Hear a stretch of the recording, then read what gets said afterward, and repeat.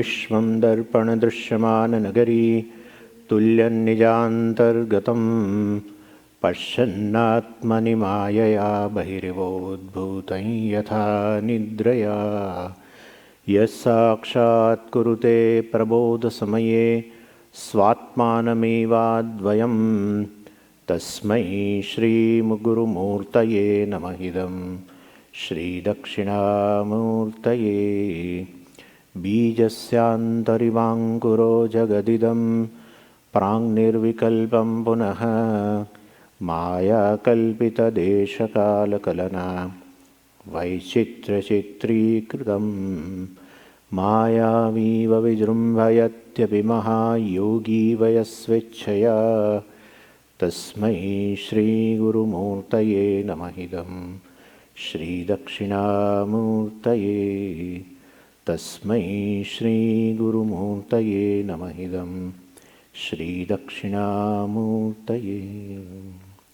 ॐ सहना भवतु सहनौ भुनक्तु सह वीर्यं करवावहै तेजस्विनावधीतमस्तु मा विद्विषावहै।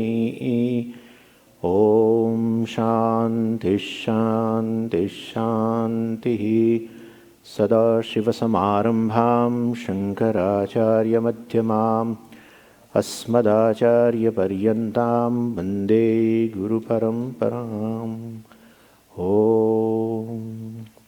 ॐ पार्थाय प्रतिबोधितां भगवता नारायणेन स्वयं व्यासेन ग्रथितां पुराणमुनिना मध्ये महाभारतम् अद्वैतामृतवर्षिणीं भगवतीम् अष्टादशाध्यायिनीम् अम्ब त्वामनुसन्दधामि भगवद्गीते भवद्वेषिणीं यं ब्रह्मा वरुणेन्द्ररुद्रमरुतः स्तुन्वन्ति दिव्यैस्तवैः वेदैः साङ्गपदक्रमोपनिषदैः गायन्ति यं सामगाः ध्यानावस्थिततद्गतेन मनसा पश्यन्ति यं योगिनः यस्यान्तं न विदुःसुरासुरगणाः देवाय तस्मै नमः देवाय तस्मै नमः। अथ चतुर्थोऽध्यायः। श्रीभगवानुवाच 10th verse वीतरागभयक्रोधाः मन्मया मामुपाश्रिताः बहवो ज्ञानतपसा पूता मद्भावमागताः।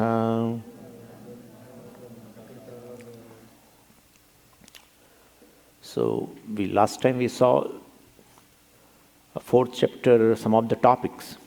The first topic is Jnana Stuti, which was done by Bhagavan in the first 8 verses of this 4th chapter. And later on, based on the question of Arjuna, Bhagavan showed the secret of avatar. So avatar rahasya was also shown.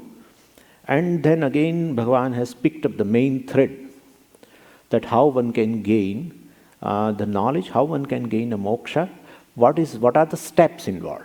And Bhagavan said on the onset that a lot of people have gone through this marga and gained the moksha. So you can also gain it. So Bhagavan said in 10th verse, Vitaraga bhayak krodaha. People from whom this raga, the attachment, the fear and the anger have gone. We have to understand this. What is it? Then manmayaha, those who are obsessed with my thought. I think other than me, they don't think of anything else. Other than the goal of life, that is moksha, they don't think anything else. They are called manmayaha. Then mam upashritaha, then they take a refuge into me. Arthat, for gaining the knowledge, for gaining this purushartha, for gaining this goal, they seek my grace also. They themselves are doing Shravana Manana Nidhyasanam, they are doing a lot of purushartha, but at the same time, they are seeking my anugraha or grace also. So, mam upashritaha, they take refuge into me. Bahavo jnana tapasa, of course they seek my grace, but what are they doing? They are simply sitting. No. Bahavaha, many of them, jnana tapasaha putaha. Jnana tapasaha putaha. Putaha means they are purified. They have purified themselves. Jnana tapasa. By the jnanam itself. Jnanam eva tapaha. By the discipline of the knowledge. I mean, by putting a lot of efforts in Shravana Manana Nidhyasanam, they gain this knowledge. Jnana tapasa putaha. And then madbhavam agataha. They have gained madbhavam, Ishwar bhavam, Bhashakara says. They gain Ishwar bhava, they gain Atma bhava, arthat, they abide in the knowledge that I am Brahman. And thereby they become free. So these are the steps involved. First is Vitaraga Bhayakrodaha. Second is Manmayaha. Third is Mamupashitaha. And fourth is Jnana Tapasa. Because the Jnanam, purifies them. Putaha means purified. Because the basic impurity is ignorance. And all the brahmas, different kind of, from the adhyasa, various kinds of notions about oneself is also a impurity. And not only that, then there will be a lot of raga, dvesha, etc. Also, that is also impurity. So they have purified through the pursuing knowledge, they have purified themselves. Even the last impurity also has gone, called Ajnanam, the ignorance has gone. That's how Putaha, purified themselves totally. That's how it has been shown like this. Now these are the steps. Last time I just mentioned, Vitaraga Bhayakrodaha is a very, very important thing. Why I am saying? Because in the second chapter, Bhagavan, in the Sthita Prajna section also, Bhagavan mentioned the same thing. Vitaraga Bhayakrodaha Sthitadihi Munihi Uchyate. So this is a very important step to gain the moksha or the Ishvara Bhava. So we have to little discuss how one can become free from the attachment, fear, anger, etc. We have to discuss at a length. So I am going to concentrate on this today. Vitaraga Bhayakrodaha. That step is very, very important for all of us. And the first thing is Vitaraga. Before that, I would like to tell one thing. Is Vitaraga Bhayakrodaha means from whom this attachment, fear and anger has gone. No, it doesn't go. Frankly speaking, it doesn't go. What happens is, you will not be overwhelmed. You will not be overwhelmed by the attachment. You will not be overwhelmed by the anger. You will not be overwhelmed by the fear. That's all. If you can manage that much, then your mind is a healthy mind. And with that healthy mind, one can gain, one can do Shravana Manana, etc. and one can purify oneself. No one can be devoid of. Please understand.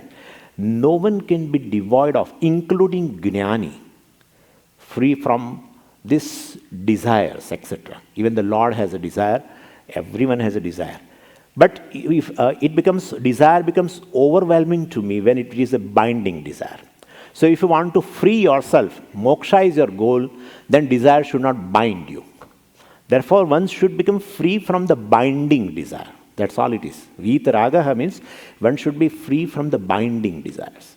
Desire should not bind you, because if your goal is freedom, then this is not going to work out.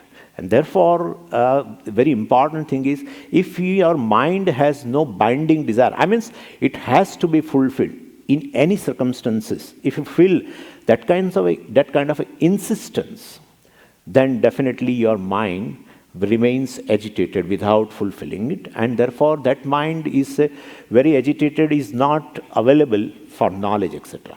So desires will be there, but not binding desires. You know very well this, Pujya Swami used to discuss at a length. And same way, relatively you become free from the fear. Relatively you become free from the anger. And that's how your mind becomes a healthy mind. And with the healthy mind, you know the self, and then the mind, whatever it is, along with its attributes, whatever, guna and dosha, it becomes mithya. Because the same, like body also is required to gain the knowledge. A healthy body is enough. There are many doshas in that. Many gunas also will be there. Both are there. But a person who gains knowledge understands the mithyatvam of the body, even with the doshas and guna also. Same way, mind also you make a little healthy and then understand it is mithya. That's all. So there will never be a case when it is free from totally doshas. Otherwise, what happens is, if you say my mind becomes totally free from the desire, then I gain moksha. If you feel like that, then you know the Atma and Antakaranam both are equated, which is not the case. Antakaranam is Anatma, and so whatever it is, whatever kind of attribute it has, it will be mithya. So only for the sadhaka it is required is he should make his mind healthy. So attachment, anger, and our fear shows the ill health of a mind. So make it healthy. So that is how we have to understand. So today we'll concentrate on how we'll make our mind healthy. First thing is vitaraga, let us say.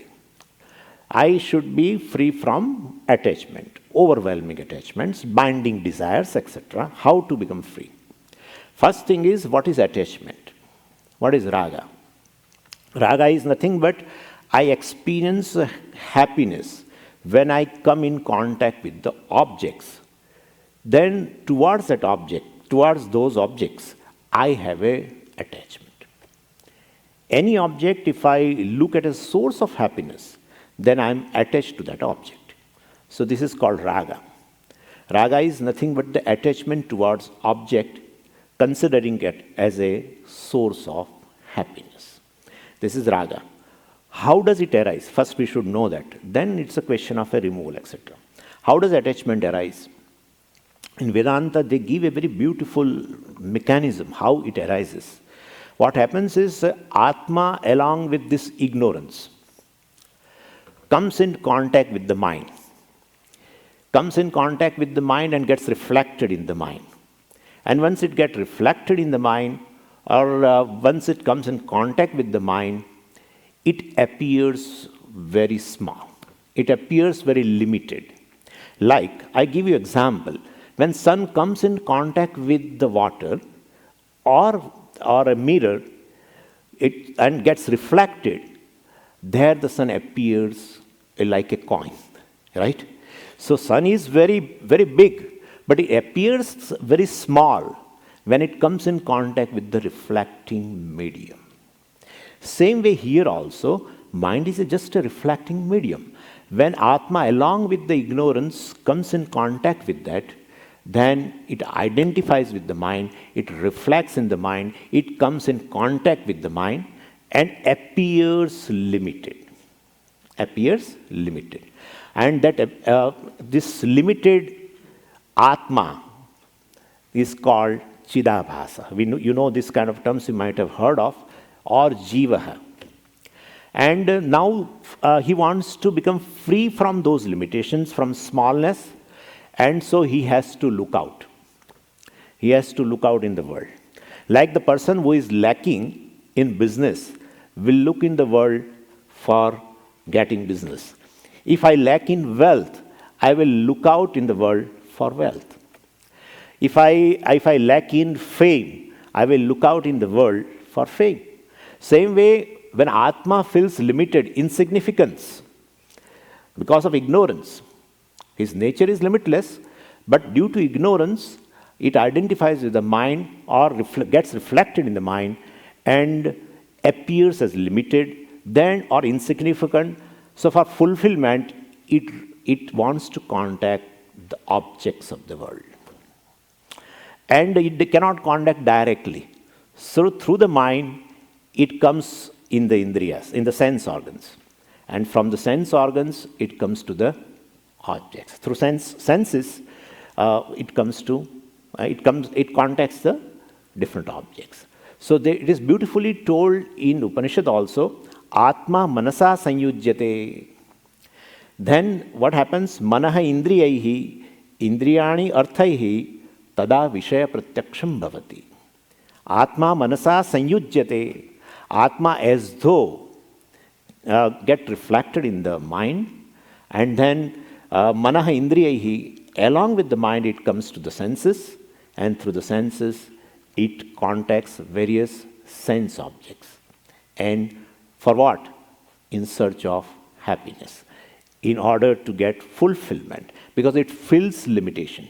Being self-conscious, it fills limitation and due to ignorance, and that is how it goes to the objects. And in that also what happens is this limited self, the Chidabhasa or Jiva, goes in search of various objects. So I go in search of different objects for happiness, you go in for different. How does it occur? Because of our past impressions, impressions which are born of past experiences of various janmas.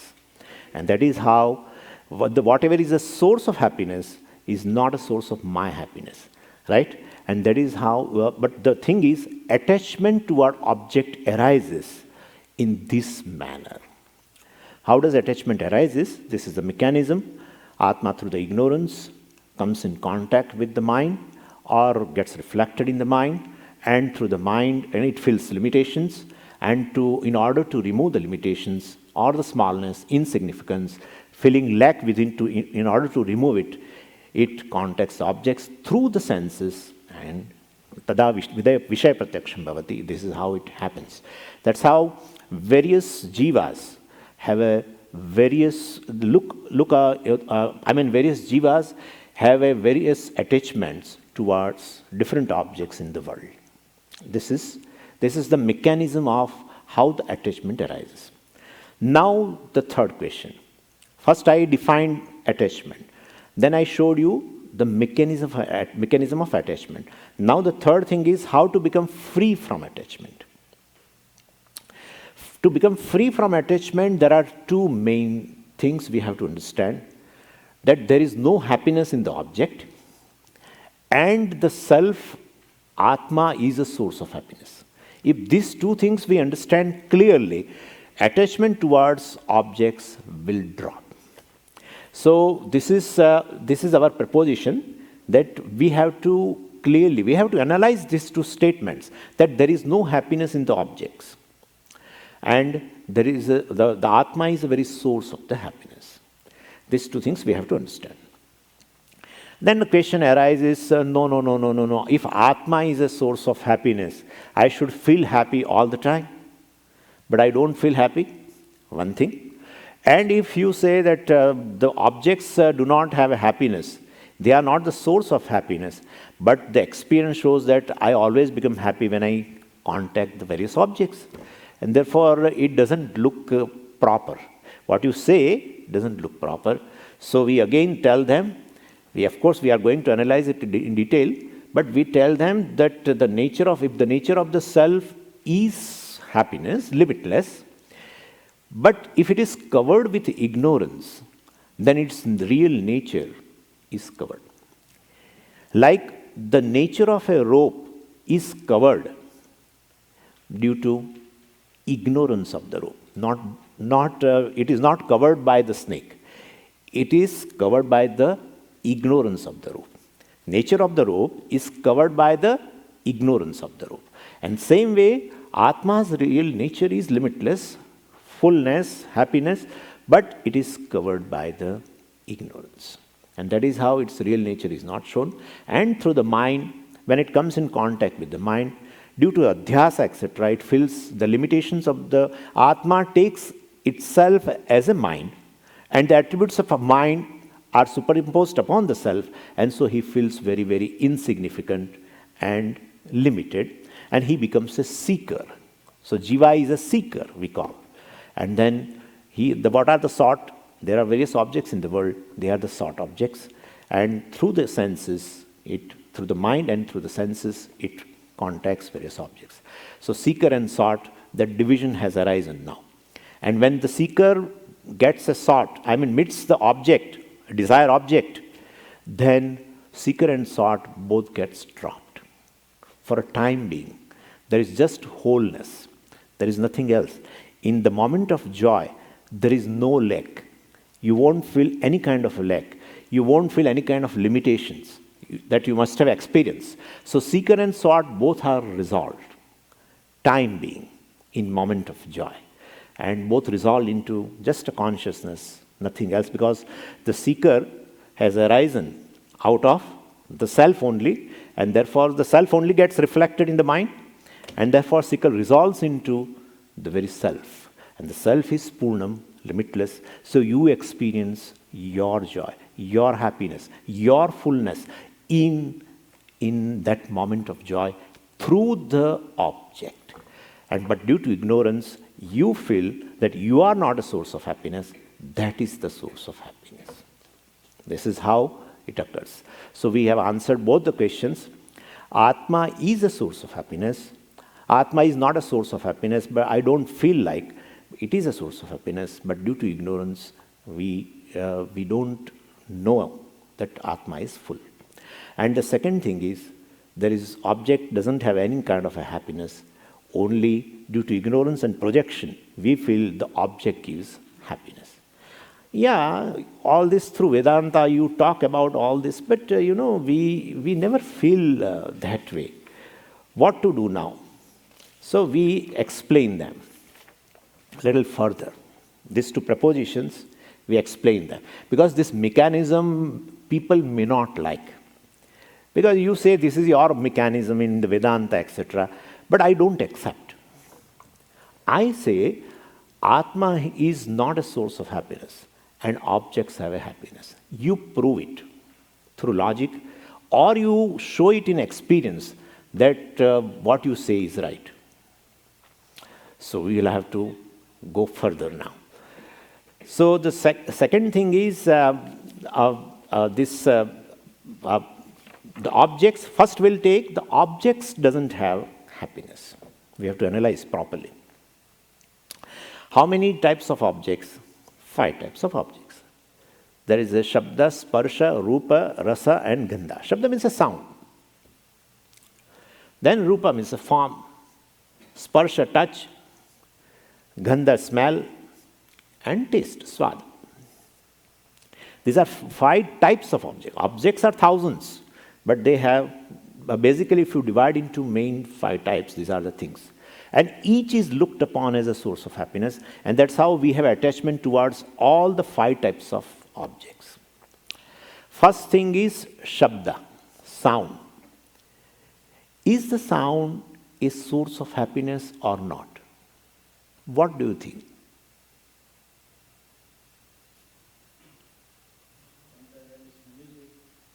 Correct? Music is a source of happiness. He is right. Somebody's voice, we are so eager to hear over a phone, and if he or she calls, I become happy. Shabda, sound. So, very first proposition is that sound is a source of happiness. Analyze.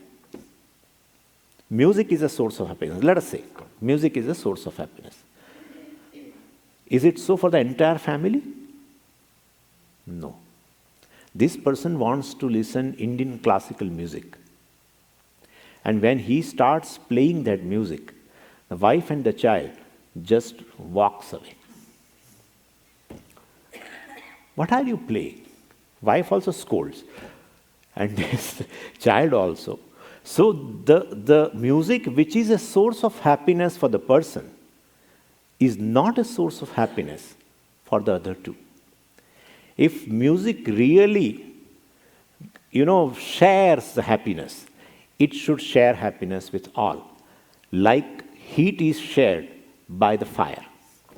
Anyone who comes in contact with fire will get an experience of heat, because heat is the nature of fire.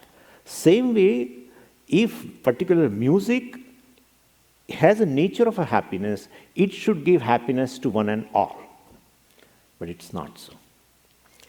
And not only that, by listening that, some person get disturbed also. Like the child gets disturbed. Why should otherwise they walk out? At least they should sit. They just walk out. They don't want to listen. One wants to listen. One is waiting for the opportunity to listen. Other wants to just go away from it.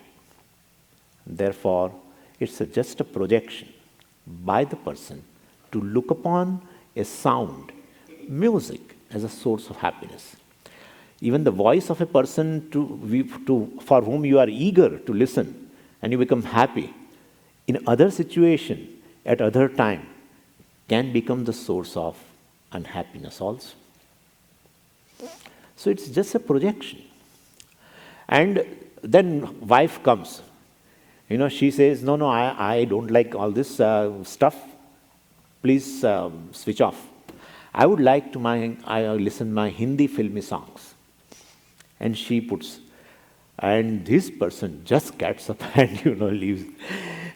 And then the son comes, and he says, I don't like all this, say Hindi film songs and this Indian classical. I like the Beatles, and what is that? The beach something, the Beach Boys or something, or pop band music. I like that. And both walked away.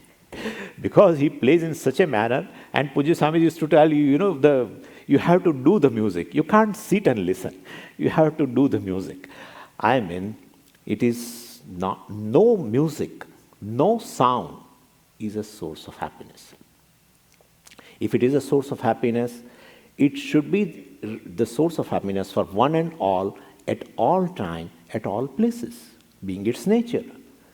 Because nature cannot be changed. Like heat is experienced by you right now, heat will be experienced by you later if the fire is on, or by one and all. The person may live in Alaska, or person may live here in India. So if it is a nature, it will be always experienced. So it is not. So first type of objects we have covered. Second is rupam. Rupam means form. Some form we look and we, get enchanted. Vidyaranya Swami says, this is very difficult to listen for you, but I should tell you because Acharya has told. Vidyaranya says at one place, Kunapam kamini mamsam yogibihi kamibihi shvabihi. There is a woman, a young woman, and she wears a beautiful sari and makeup and lipstick and all. And she looks very pretty. And she's going to some place, and the person looks at her and he keeps staring at her. The person was also walking, but he could not walk. Now just stare at the woman. For that person, she is a source of happiness.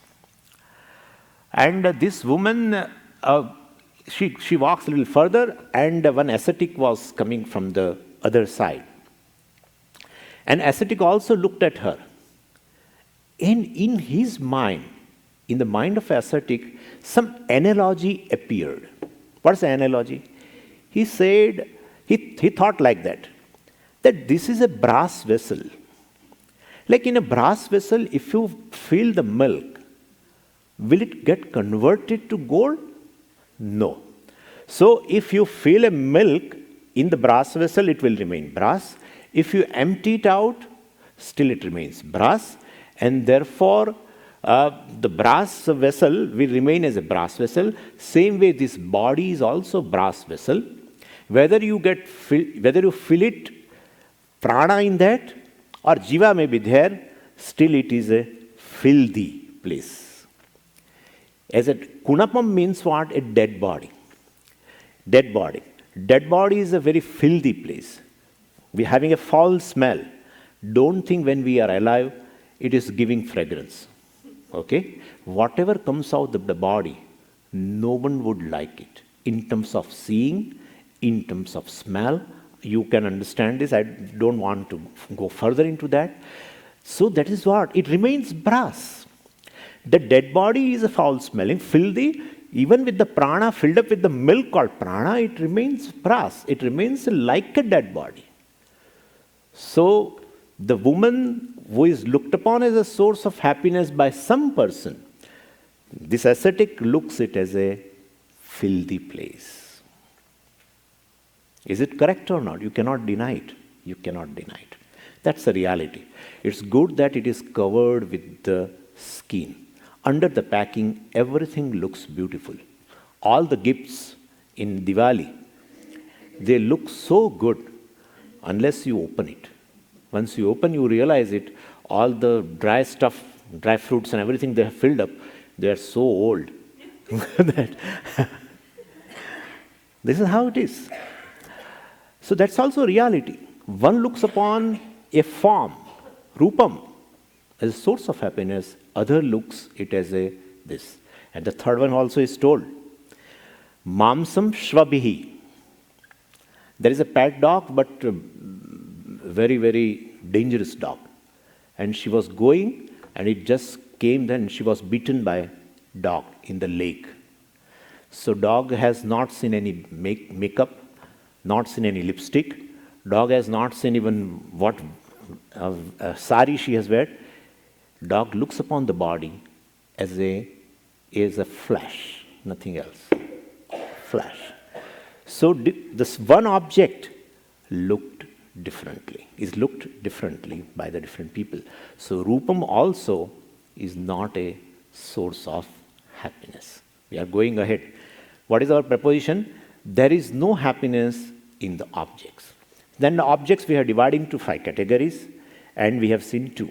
Shabda, sparsha, sound and form. Third. The third one is rasam. You can take, let us say, sparsha. Sparsha. Rasam will take little later. Rasam means not our sambar, rasam, etc. But this sparsha,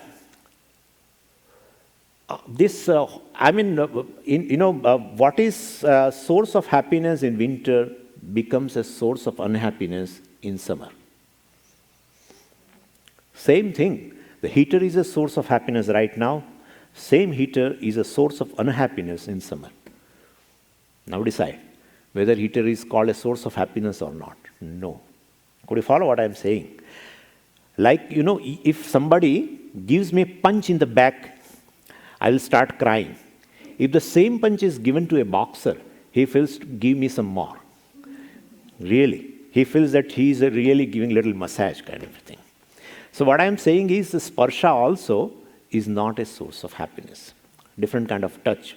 Also, hot, cold, etc. is not a source of happiness. Then fourth is rasam. Bhagavatam, it is said, jitam rasam jite sarve. One who has conquered over the test has conquered the world. That's how, because that's the last thing to go. It is first thing to come, last thing to go. It doesn't go. It doesn't go. In old age also, well, everything has become loose, but still that, the taste, interest in the different taste objects, different food will remain. It comes from the childhood and goes till it remains till the end. That's how it is said in Bhagavatam, jitam rasam jite sarve. Anyway, which taste can you tell it's a source of happiness? What is source of happiness for me would not be a source of happiness for you. I just don't like sour things, I just don't like. And you said, Swamiji, you are full. The beautiful taste is in sour. You say, if I say the sweet, I like sweets. It's good till I get a diabetic. I'm not a diabetic, but if I become a diabetic, no, Swamiji, if you are a diabetic, still you will love the sweets. Okay, but if the same sweet becomes a source of a danger to the life, the sugar increases too much, and then I have to be hospitalized, etc., then I would not look after coming to the hospital, I would not look at it. So that is how even no taste you can tell that it is a source of happiness. Even the bitter gourd, etc., they call. What you call here is bitter melon? Bitter gourd? Yeah, bitter melon. So, Karela. Bitter gourd. People love it. Swamiji started liking it. You know the thing. People. So, and we may be very, very. We don't like the bitter taste. Suppose, and somebody likes the bitter taste. So nothing is a source of happiness, nothing is a source of unhappiness too. But here we are looking into the source of happiness. And the fifth is Gandha. Fragrance and foul smell are just imaginations. There is a smell is a reality. Fragrance and foul smell are imaginations. Like a shoemaker who make, the footwear. One of the shoemaker told me in Ahmedabad that when they get a fresh skin from the animal, they love that smell so much. And so they consider it as a fragrance. They become happy with that smell. And if you put such a person in a place where it is filled with a perfume or incense stick, etc., I tell you, he gets suffocated. He gets suffocated. He may get headache also. We don't know. So what is foul for us is a fragrance for that person. And what is fragrance for us is a foul for that person. And therefore, there is a smell. That's a correct thing. But fragrance and foul smell, etc., are just imagination. Why I say that? Because fragrance means it is looked upon as a source of happiness. Foul smell, it is looked upon as a source of unhappiness. But person becomes happy when what we consider as a foul smell, like a shoemaker, etc. So Shabda, Sparsha, Rupa, Rasa and Gandha, all the objects are covered. Where we have found happiness in any of the object. So our first proposition we have finished, analyzed rather, that there is no object called happiness in the world. Now this person, who is putting the question, he says, well, that is correct. But in a New Year day, when I took a prasadam from Swami, Laddu prasadam, before the prasadam came to my hand and I ate, I was not happy. When it came to my hand and I started eating, I felt happy. So you should not say like that.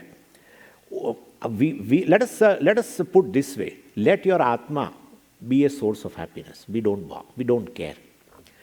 But at least you accept this much, that when you come in contact with the objects, you get happiness.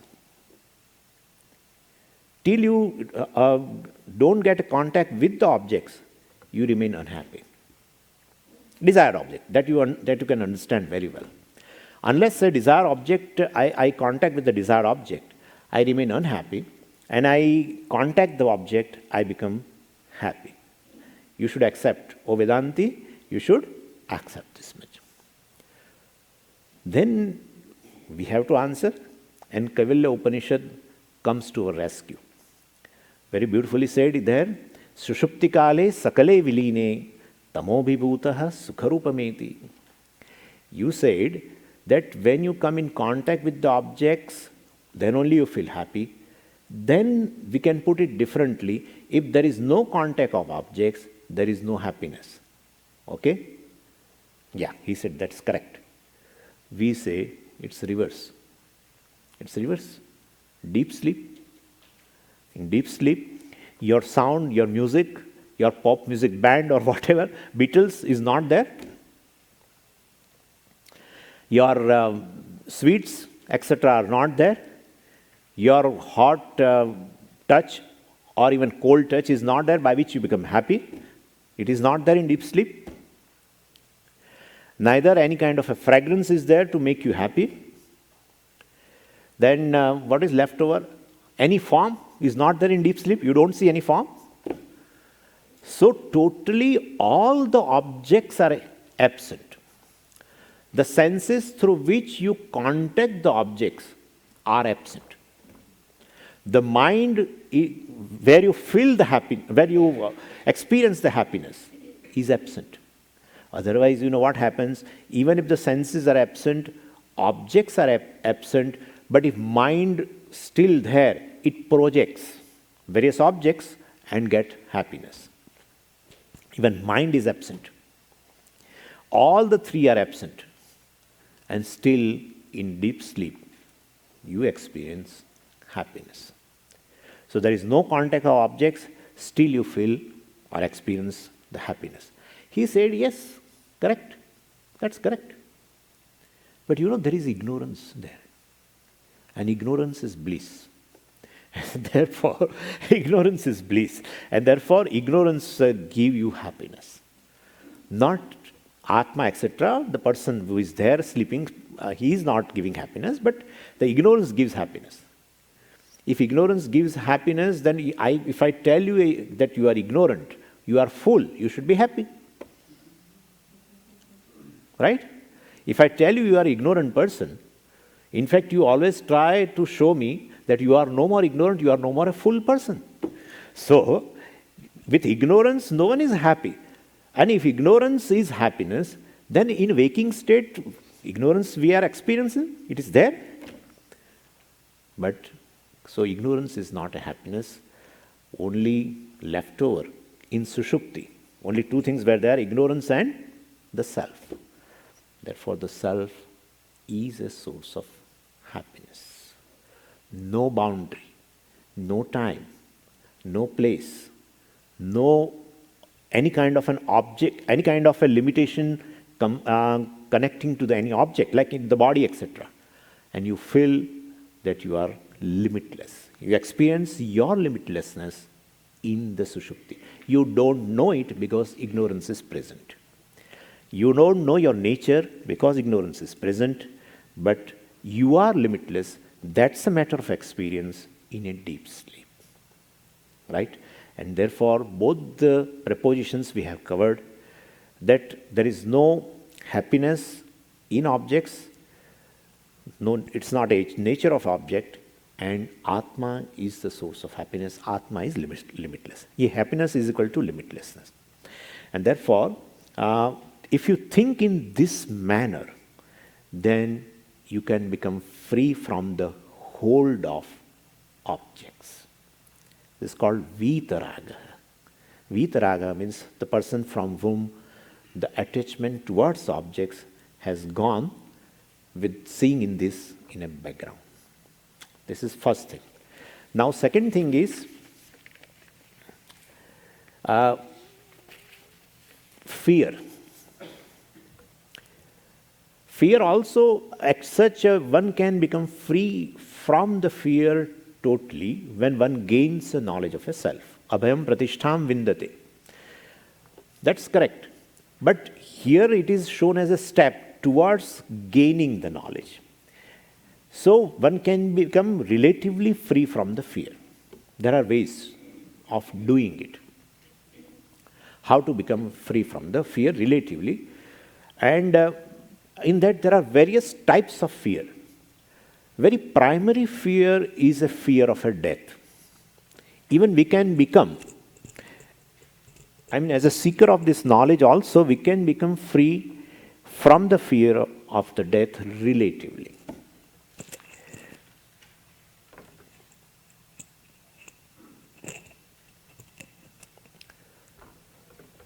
Fear is an emotion.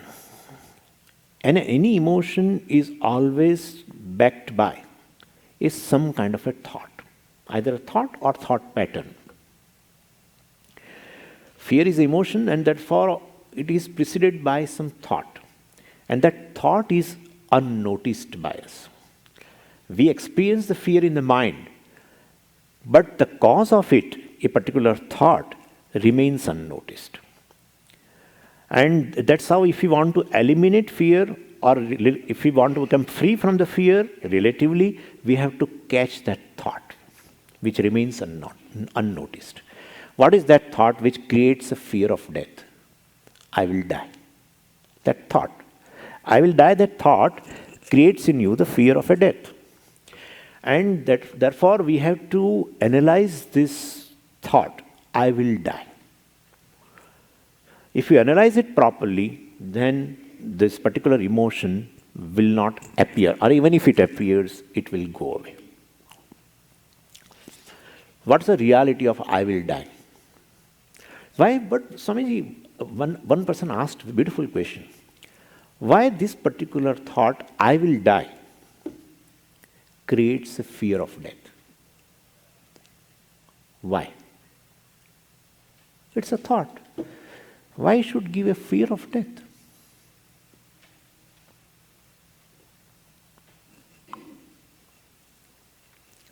Don't think I'm taking your exams, please. I'm trying to involve in the process of gaining this knowledge. I mean, interacting with you. Because after some time, in a 1 hour session, initially we are very focused, but slowly. So to make you a little more alert, I'm just asking a small question.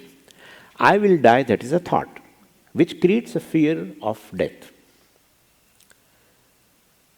Why it should create a fear? That thought, why should it create fear? Because I take myself to be the body. No, that's later. That thought. So you have no control? No. Atma-swarup is Sat. Pardon? Atma-swarup is Sat. Beautifully he said, but let us put it in English a little differently. This all is from Pujya Swamiji only, nothing of mine, don't worry. So, this all has been explained by Pujya Swamiji at various places.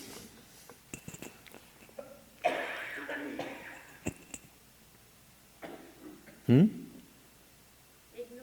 of I will die means what? I will cease to exist. Right? I will cease to exist. Why it should create fear? Identify the body, mind, That's later. mortality. Like you are mortal. That's a fear of mortality. Why? So I feel I still have some desires which are unfulfilled. No, not that. This is just a basic thought. I will die means I will cease to exist. Fear of losing your passion, family, attachment, all the attachments. Attachment part is over now. They are interconnected, we know, but now let us not go into that. Let us deal this fear independently. I know I'm not. I feel that I'm the body. I'm not the body. Correct, that's correct. I'm not saying that no. But when there is any danger to the existence, then only there is a fear. Why? Huh? You think the body is immortal. No. There is a natural love for existence. That's all. There is a natural love to be, that is existence, in the whole creation. It may be a human being, it may be any animal, it may be an insect. No one wants to die. Because the natural love, please understand, it is not acquired in the life. Natural love. From the birth, I have a love for existence. That's how the animal runs away for its life when it sees a predator, right? Because it knows that my existence will come to an end. And so it runs. Means there is a natural love in that deer or whatever it may be for existence. And so, and this natural love shows for existence that it is my nature. That's all. That's how. Whatever my nature, I love. That's how he was right. That Atma being just an existence, Sat Swarupaha. Therefore, I will have a natural love for existence. Correct? It's my nature. If there is no cause, then it must be natural. If you find a cause, then it is not natural. So, if I ask you, why do you love existence? You say, I love existence. There is no reason. There is no reason. Why do you seek happiness? Such a question is, you will say, it is a foolish question. Everyone seeks happiness. You will say me like this. Everyone seeks happiness, and so I also seek happiness. Natural love for happiness shows happiness is my nature. Natural love for existence shows existence is my nature. Right? But due to ignorance, we don't know. That you know very well. But anyway, so this is how it is. So since there is a natural love for the existence, I will die, means I will cease to exist, that thought will create a fear of death or a fear. Now, catch this thought and analyze more. I will die means what? I will die means what? Now, whatever answers you have given, they are all just now covered here. I will die means what? Body, physical body will die, right? The physical body will die because physical body can die, so it will die. Physical body can die and it will die. Physical body can die means what? Because it is an assembly. Any assembly will, it's made up of certain constituents, goes back to its constituents, back. That's called death. And therefore, this body is called Sangataha in Sanskrit. Sangataha means assembly. This is an assembly made up of 5 elements. So any moment it can go back to its constituents. Any moment. Any moment. The moment a pot is created, any moment it can get a death. Right? Right from the pot maker's hand. Just he has prepared and he is bringing it for sale. While coming only it falls. Because pot is a assembly. Assembly of various particles of our clay. And therefore, any assembly indicates it can have a death any moment. Goes back to its constituents any moment. And which cannot die will not die. Which can die will die. Which cannot die will not die. We have to think over like this. I will die means what? Something will die because it can die. Something will not die, Atma, etc., will not die because it cannot die. Thousands of sankalpa if I do, still it will not die. If you closely look into this, more and more if you analyze, then being alive right now becomes a big thing for you. It becomes a celebration for you. Because at this moment itself, body can die, still I'm alive. And therefore, this is a moment of a celebration for you. And that's how Pujya Swamiji used to tell us that right now you're alive, that itself we should enjoy. Being alive today, you should enjoy it. You are alive today, so you should enjoy it. You should not quarrel. This is a side, the topic is not in our discussion, but I would just tell you. In India, if you go in a train, and then you have a reservation, you sit in a particular compartment and everything, and there are people who do not have any reservation, still they will come and sit, and they will force you that you should give them a seat, etc. And then you can quarrel, definitely for that. But in your mind, one thing comes, I have to just get down after a few hours. Why should I quarrel? Let him sit. This kind of thought can occur. Same way, the body can die at any moment. Still, I am alive right now. And therefore, I am alive today. Itself is a very big thing. It's a celebration. And so, let me celebrate it. Why should I have a quarrel with somebody? Anyway, I'm having this body right now, alive. It's a grace. And this is how one you can look upon. If you more look upon this thought, I will die, more and more you analyze it, that something dies when something doesn't die, and which can die will die at any moment, and still I am alive. And then you become aware of just being alive today, celebrating today. So this is a beautiful thing given by Pujya Swamiji at one place, which I got it for sharing with you. Then second thing is, so fear of death you can reduce. It will not go totally, please understand, till you get a knowledge that I am not subject to death. That's a nishtha. But till then, but you can reduce. You will not be overwhelmed by the fear of death. Right? Vita bhayaha. Now second is the fear of future. That's also a very, very... And this fear of future has a more of imagination rather than a reality. Most of the fears has an imagination component more rather than reality component. Most of the fears. We have to analyze it. But anyway, fear of future. Right now I'm having a fear of future, worry of a future. But if you go back 25 years ago, at that time also you were having a fear of future, worry of a future. And these 25 years, year after year, day after day, I have passed comfortably and I am right now here. What fear I was having 25 years ago as a future have already gone. Nothing happened. But I imagined at that time also lot of fear, right?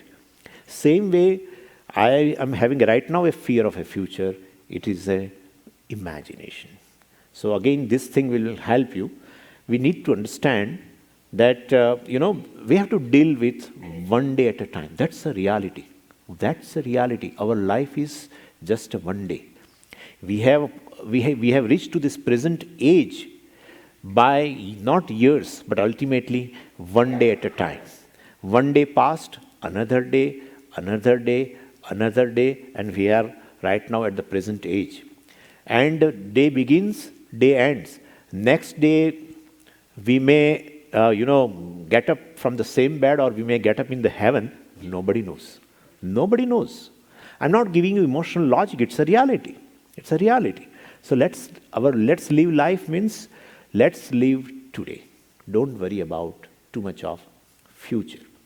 And the nature is teaching us a lesson. Nature is teaching us a lesson. Like if you look into the forest, you will find thousands and thousands of varieties and crores in number of different living beings. They live day to day. Nobody has pension schemes, retirement plans, nothing. They live day to day. Just live day. So they are teaching us how to live. Anyway, so we need a strength, inner strength for this to live this way. And we are worrying for the future in our own stomach. Pujya Swamiji was telling, he was using bugs. Millions and millions of bugs are there.